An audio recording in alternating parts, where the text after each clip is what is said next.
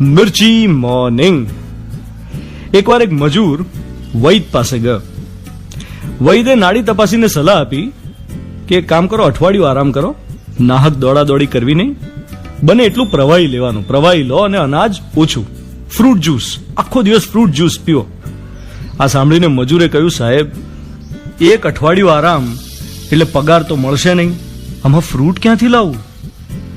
ડોક્ટરે કહ્યું, જો બહાર ફ્રૂટ વાળો ઉભો છે ને ત્યાંથી લઈ લેજો અને એને કહેજો કે ડોક્ટર સાહેબના અકાઉન્ટમાં લખી નાખો, હું સાંજે જતા એને ચૂકવી દઈશ, ચિંતા ના કરો. આવા ડોક્ટર હોય, આવા વૈદ હોય, કેમ ના હોય? એક નહીં, 1000 હોય. થયું છે કેવું, આપણે બધું છે ને બહુ સ્ટીરિયોટાઇપ કરી દીધું છે કે ડોક્ટર તો ચીરી જ નાખે, હોસ્પિટલના પગથિયા ચડો એટલે પતી ગયું, પગથિયાની સાથે તમારું બેંક બેલેન્સ પણ ઘસાઈ જ જાય. હું આની સાથે સંમત નથી. બધા ડોક્ટર્સ કઈ એવા નથી હોતા જેવા આપણે ધારી બેઠા છીએ. એમની કેટલી તકલીફો હોય છે બાપરે, અને ખૂબ ઉદાર હોય છે. કોરોનાએ આપણને શીખવ્યું કે ડોક્ટર્સ પોતાના જાનના જોખમે કેવી સેવા કરી શકે. હમણાં થોડા સમય પહેલા મેં એક ડોક્ટરનો ઇન્ટરવ્યુ કર્યો.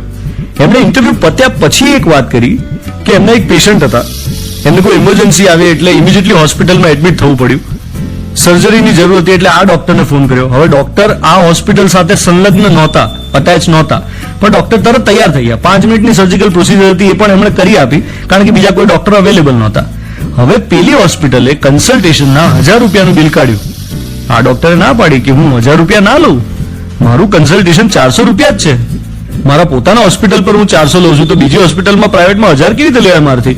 ધાર્યું હોત તો એ 1500 પણ લઈ શક્યા હોત, પણ અણહકનું નહીં લેવું એવો એમનો નિયમ. અને આ બહુ મોટી વાત છે. બાકી મન છે ને એ તો તરત લલચાઈ જાય. નોટોની સામે, ગિફ્ટ્સની સામે, પરોક્ષ કોઈ બેનિફિટની, લાભની સામે લાલચ થઈ જાય.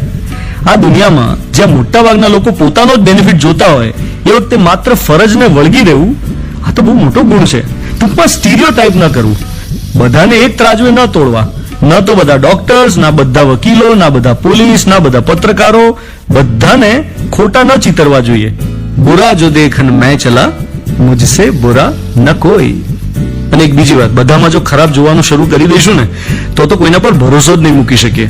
અને ભરોસો બહુ મોટી મૂડી છે. ભરોસા વગર આ દુનિયા નથી ચાલતી. અને એટલે જ આપણે સામેવાળા માણસમાં ભરોસો મૂકીને ચાલવું, તોડવો ના તોડવો એની ઉપર છોડવું. You are listening to Mirchi. હું છું ધ્વનિત તમારી સાથે. Good morning my dear.